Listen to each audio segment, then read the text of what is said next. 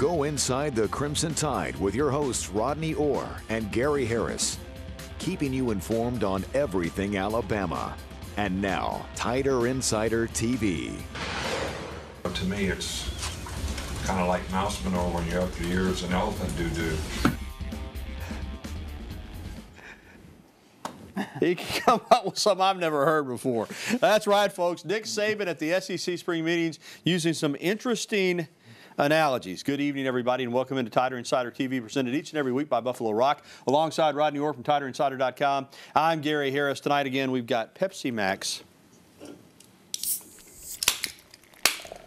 Listen to that sound right there. All that great taste. Zero sugar, Max Pepsi taste. That's why they call it Pepsi Zero Sugar with Max Taste. Get you some the next time you're at your local grocery store or convenience store. Rodney Saban was very vocal about multiple issues in today's press conference. He talked about the graduate transfer rule, and there he was talking about how he didn't like the new headset rule, which limits a team to 20 headsets per staff. Prior to that, it's been unlimited. However, he did talk about one thing he does like, and that's newly signed freshman quarterback Lane Hatcher. You know, he's been in a very winning program. He's a very bright guy. He's a good athlete.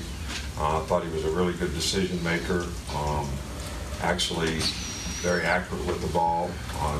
So we were kind of excited to get somebody of his caliber to be able to come in and contribute at that position because of our numbers situation there. All right, Rodney, Hatcher came as a bit of surprise to the casual football fans. He was planning on gray shirting at Arkansas State, but before receiving the offer to enroll immediately in the class of 2018 at Alabama. Now, Bama also picked up a commitment for 2019 last week, the nation's top kicker, Will Reichard from Hoover. We'll get to him in a moment. But let's start with Hatcher, who's already on campus. Somebody called me in Friday night and asked me, said, do you think he's an SEC caliber quarterback? And I said no.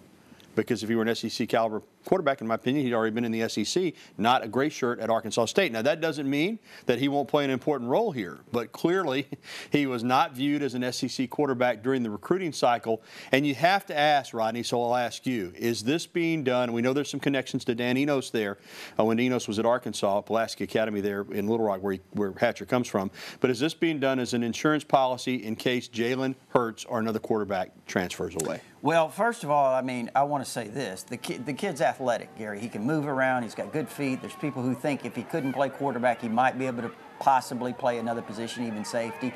You know, he's an outstanding runner in high school. To be honest with you, I think that's part of it. I don't want to say it's strictly, wholly an insurance policy, but I think at the same time, when you look at it, the numbers are down. Generally, you want to have 4 quarterbacks on scholarship. Alabama's only had 3. Something could happen. Obviously, you had an injury in the spring, 2 injuries to Tua. A guy could decide to transfer. If that were the situation, you certainly wouldn't want to get down to 2 quarterbacks. Right. So from that standpoint, yeah, I think it is an insurance policy. But again, Alabama thought he was good enough to bring him in, so he's obviously got some talent. And he put up huge numbers at Pulaski Academy. I don't mean to diminish his ability, but I still feel like clearly he was not thought of as an SEC quarterback during the initial recruiting cycle, or somebody would offer him. Well, Gary, look, let's look at it like this. I really think probably Alabama would have signed Brevin White or Brock Purdy during the recruiting process had they not already been assured by Gardner Minshew, the grad transfer from East Carolina, that he was going to fill that spot. He changes late this spring to Washington State, and it puts Alabama in a precarious situation. But we said on the show, don't be surprised. We said a few weeks ago, don't be surprised if Alabama continues to look nationwide to find a quarterback to fill a spot. And we welcome the young man. He's already here, ready to go to work, and had a spot. So it worked out for Alabama to take a quarterback in the class of 2018. The class of 2019 is rolling. Ranked number 1 with 14 commitments. The latest, Will Reichard, the kicker from Hoover High School. Now, Alabama's kicking, I think I said this last week or recently, is not nearly as bad as people make it out to be. It's actually been pretty good. But for all the high-profile kickers that Alabama has signed, they never have really had a superstar kicker. Adam Griffith was good, but he never became the next-level kicker the way Daniel Carlson at Auburn did or some others. This young man man not only has a lot of ability, he just flat out said, hey, I'm going to change the kicking culture at Alabama. You see him punting there as well. Highly confident young man and highly accomplished. Well, I think Chris Saylor, the national kicking guru, thinks very highly of him, Gary. He thinks he'll come in and win the starting spot at Alabama as the place kicker right away. In fact, he even said on one of your radio shows there on Tide 102.9 that he could go compete for the Miami Dolphins job right now. Something. So he's just as confident in Will Reichert as Reichert is in himself. And, you know, he does have a very strong leg, Gary, and certainly he's going to have an opportunity. But, hey, listen. This year, obviously, Joseph Bulovas is here. Adam Jones is a grad transfer from Temple that will compete with Bulovas for the job. And, you know, we'll see what happens once Will gets here. Yeah, potentially next year you could have 2 kickers on scholarship. That's highly unusual. Yeah. Could happen. We'll see. All right. So, again, Hatcher is already here, ready to work in the summer conditioning program. In fact, several freshmen are arriving or have already arrived. You wrote about this recently on TiderInsider.com. Some of these players who you think are here to work out this summer and could make a quick impact on the football field come fall camp and even during the season. Yeah, I think there's, you know, Gary, I did 5 guys that I really thought stood out. The first guy I had was Patrick Surtain Jr., and one of the reasons is not only is he a quality athlete, but he's a very instinctive player. He's very heady. His dad was a player. His dad was his high school coach. I just think he's got a chance due to the fact that Alabama needs some numbers in the secondary. You could see him on the field really quickly. Jalen Waddle, you know how I feel about him. Oh, absolutely. I really like Jalen Waddle, the receiver / kick returner out of Bel Air, Texas, which is actually in Houston. You look at him here. He's got a little David Palmer in him. He's got a little bit of the Amari Cooper acceleration. I think he's a guy that I really expect to see him on the field. I think he can do big things in the kick return game. Possibly this year. You go ahead. I was going to say you like the junior college defensive line really transfer, do. Kavita Mashika. And listen, part of that too, Gary, was because the need. Alabama needs depth in that rotation up front. He gives Alabama a big guy, close to 350, an interior player who, you know, frankly, they need more of those guys. So I think bringing in Kavita Mashika as a junior college transfer late is really a key addition. And a player I love that you wrote about, and I know you do too, Iabi Anoma. Pure pass rushers are in demand. I thought watching tape last year, for what it's worth, I'm not an analyst, but watching tape and watching the All-Star games, he was as good a pure pass rusher as I saw in high school football last year. You know, Gary, I said last year, very early, he's the #1 pass rusher in high school football right now. I mean, he had 24 sacks this past season. I would have had him #1 on the list, to be honest with you, but you've got so many guys coming. You've got Terrell Lewis, you've got Anthony Jennings, you've got Christian Miller, you've got a young player, Chris Allen. All those guys are going to be great pass rushers, I think. You know, he may have to wait his turn is what I'm trying to say, a little bit. But I think he's good enough to get on the field this year as a pass rusher. And, Rodney, a guy that didn't get a lot of postseason accolades, but you really like Jalen Moody. And some say that he reminds him a little bit of Sean Dion Hamilton, just a good, hard-nosed football player. When he hits now, he reminds me of a little Reuben Foster because he'll run through you. Well, you know, he's got good size. He's 6'2", about 230, 235, Gary. You know, like you said, he's really physical. He's an instinctive player. Was not very highly recruited. And I did have him in my list of 5. And part of the reason is I said it could be a sleeper of the group because of the need at inside linebacker. Let's be honest. Alabama does not have a great deal of depth, at least proven right now, at inside backer. Well, 5 to watch are those 5, and there'll be others that will step up during the summer and fall camp as well. But Rodney wants you to keep eye on those 5 players right there. Well, still to come on Tider Insider Television, an update from the men's NCAA Golf Championships in Stillwater, Oklahoma. Bama competing for a spot in the championship match. Plus, we'll recap the Alabama softball season. A lot of Bama fans have strong opinions on where the program's at right now. We'll discuss. And coming up, of course, we'll get to your phone calls, emails, and tweets. As always, the phone number 205-348-WVUA. That's 348-9882. Or email us at TITV@WVUA23.com, or you can tweet at us as well. Just use the hashtag TITV. We'll be right back with more of the show that takes you inside the Crimson Tide, the one, the only Tider Insider TV. Well, how special is this? The Alabama women competed for the national championship last week, and came up just short. The Alabama men are going to get their opportunity as well as they clinched a spot in the championship match, beating Duke this afternoon in the semifinals. Crushed Duke, in fact, 5-0. They beat Texas Tech earlier in the quarterfinals. Now they're going to have their work cut out for them. We almost had an Alabama-Auburn SEC championship rematch, but Auburn lost to Oklahoma State. Oklahoma State's hosting this event. They're playing at Carson Creek in Stillwater. They're ranked number 1. It's going to be tough for the Tide, but hey, don't count Bama out. They go for their 3rd national championship tomorrow. And welcome back to Tider Insider TV. Alongside Rodney Orr, I'm Gary Harris. As I referenced, the women's team came up just short of an NCAA championship, losing in the final round of match play to Arizona. It came down to the 19th hole, a playoff hole in the final pairing. Bama just couldn't quite close the deal, but junior Kristen Gilman is trying to close the deal at the U.S. Women's Open this week. Gilman is competing as an amateur, earned her spot with a qualifier tournament, and she'll be teeing off Thursday alongside another former Alabama golfer, or actually she's a current golfer, but a former Alabama golfer, Emma Talley. And this year's tournament is at Shoal Creek in nearby Birmingham. I feel like it's always nerve-wracking, but you kind of have to step back and think about it, that you're just excited to be there. And so there's no pressure on you, and you have nothing to lose, so you might as well just go out there and try to do your best. And the Alabama softball team advanced to its 14th straight Super Regional. Only one team in the country can say that, Alabama. But was handled by Washington up in Seattle. The Tide blew a 2-run lead in the first game in the bottom of the 7th, lost 3-2 and 9, and then got rolled out in game 2, 6-0. It ends a season that was, for some fans, disappointing. And it really sparked some Twitter back and forth between the fans who weren't really pleased at what happened and some former players defending the program. Rodney, I talked about this on my radio show this morning. First of all, this was a good Alabama team. It was a good season. It was not a great Alabama team. It wasn't great ever during the year. They started off okay. They finished 8th in the SEC. They won 1 game in the tournament. They won a regional, and they got beat 2 games in the Super Regional. It was a good season. It was not a great season. But I think some people are upset that some fans are complaining. But I say this. I think it's a compliment to your program. If you want to be a big-time sport, then you got to deal with fans complaining. That goes with the territory. It's what they do. Look at football. Look at men's basketball. It doesn't mean it's not a good program. It doesn't mean that Patrick Murphy and his staff aren't doing a great job, but fans have seen this team win a national championship, this program. They've seen numerous trips to Oklahoma City. And in some fans' mind, if you're not in the Women's College World Series, you haven't had a great year. I'm not saying that's fair, but I'm saying that's the reality of it. And you should just look at it as, hey, we're a big-time program. Fans care about us. There's a lot of passion. They want us to win every game. The expectations. I mean, you spelled it out, Gary. The expectations are Oklahoma City every year, to be honest with you. Anything short is disappointment.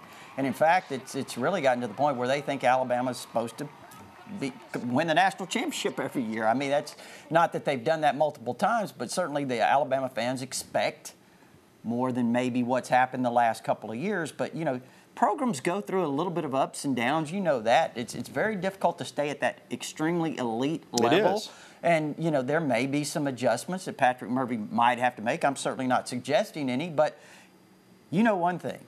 He's working hard to make those adjustments. And it was a good season, a really solid season. But I agree with some fans that say by Alabama standards, it wasn't a great season, because a great season ends in a trip to the College World Series in Oklahoma City. I didn't say winning the College World Series, but getting there. That's a great season for Alabama. But this was a good season, and they did make history as the only team to go to all 14 Super Regionals. Well, coming up next, we'll look ahead to another marquee neutral site football game. And next, we'll be welcoming your phone calls, emails, and tweets. You see the information again right there on your screen, 205-348-9882. Call in now if you want to get through. Hey, listen, I know it's that time of the year where it's slowed down a little bit. People are on vacation. The SEC spring meetings are going on down at Sandestin, but this is a good chance for you to get through and talk to us here on the program. If you've never been able to get through before, give us a call. We'll be back with more of TITV right after this timeout. The USC Trojans, no match for Alabama in the 2016 Advocare Classic. Bama, led by freshman Jalen Hurts, jumped all over the Trojans, winning 52-6. Well, the rematch has been set for 2020. Again, it will be played at AT&T Stadium in Arlington, Texas. Also in Texas in 2019, the Alabama men's basketball team will take on Baylor in the SEC Big 12 Challenge. The Tide enjoyed an 80-73 win over Oklahoma in the 2018 Challenge in Tuscaloosa, but next year they'll be on the road in Waco.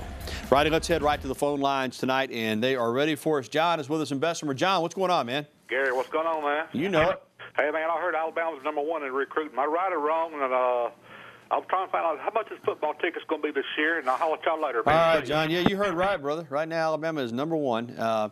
Incredible class. I think 14 commitments, all 4 or 5 stars, and it looks as though they'll have a chance to finish this thing off and maybe finish #1, which is the most important. They really could. They're in on a lot of great players. I think when you look at it, John, I think the key to this class is going to be up front, offensively and defensively. I think Alabama could have the #1 offensive line class in the country, the #1 defensive line class. Gary, that's a great start right there. That's where games are won.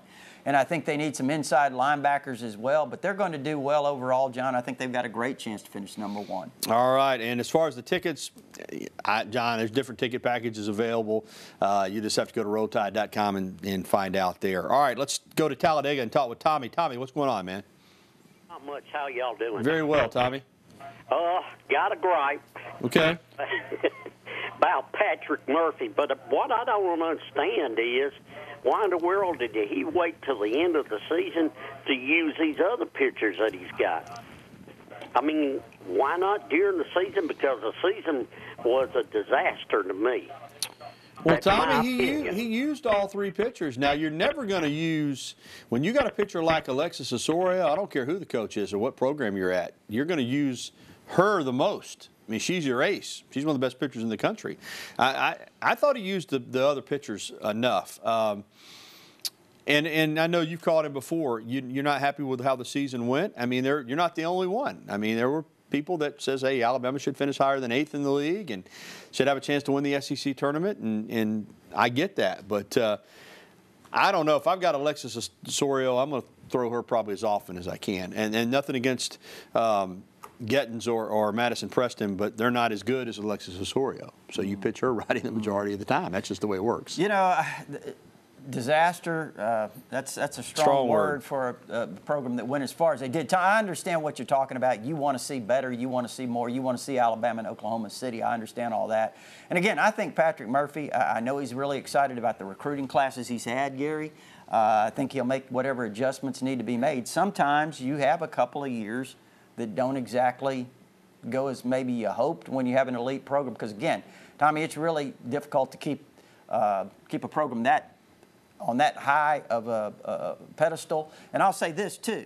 We've talked about this. The competition's changed a little bit. It's gotten much tougher. Alexis Kilfoyle, the pitcher out of Land O'Lakes, Florida. Keep an eye on her. She's coming in as a freshman next season. Greg in Birmingham, stay with us. We'll get to you when we come back. And we'll have an update on Reuben Foster. It's good news for the former Alabama linebacker. And more of your phone calls, emails, and tweets. Again, there's the information on your screen. Greg, you'll be next there in Birmingham. So stay on the line. We'll be back with more right after this.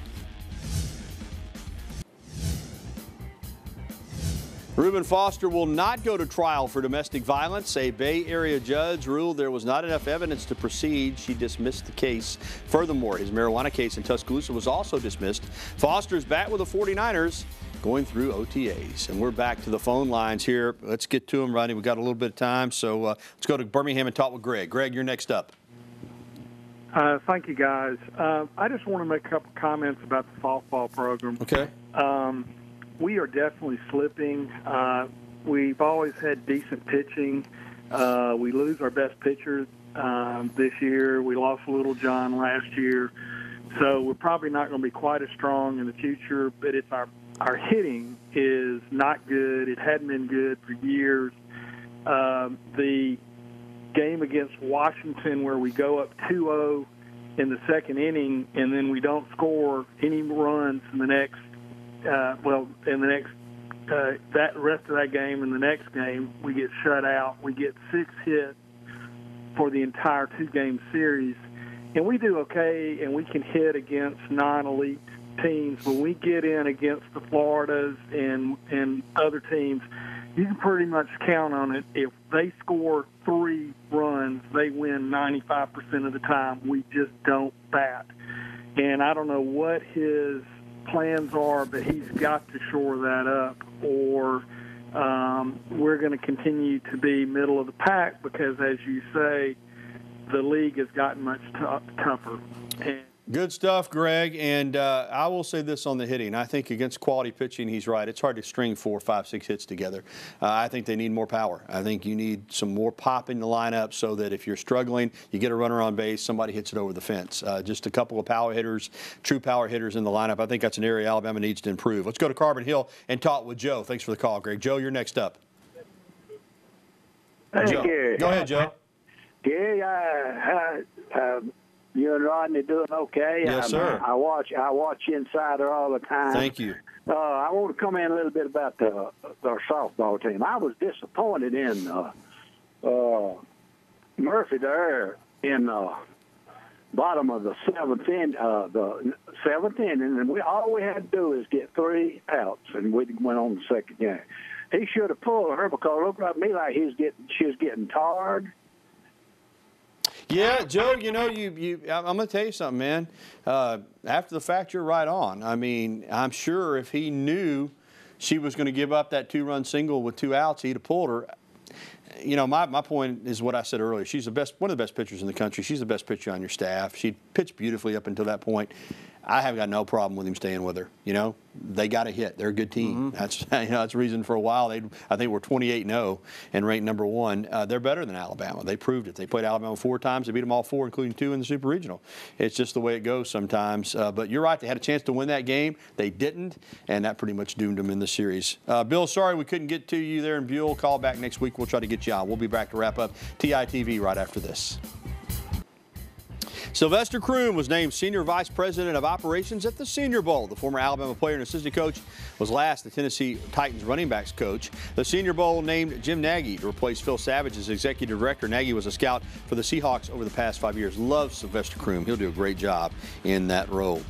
Well, that is going to do it for the program tonight. Again, Alabama plays Oklahoma State tomorrow for the NCAA Men's Golf Championship in Stillwater. Our beautiful shirts and ties provided as always by the Locker Room in downtown Tuscaloosa, home of the original elephant wear. Go by and see Alex and Rush and the staff in person or shop online at locker-room.biz. You'll look like $1 million. You know what? You don't have to have $1 million to feel like $1 million. Shop at the Locker Room. You'll find out what I'm talking about. That's going to do it for the show. You can catch a replay tonight here on WVUA 23 at 10:30 or find it anytime at WVUA23.com. So for Rodney Orr, I'm Gary Harris. Have a great night, everybody. We'll talk to you again next week on TITV.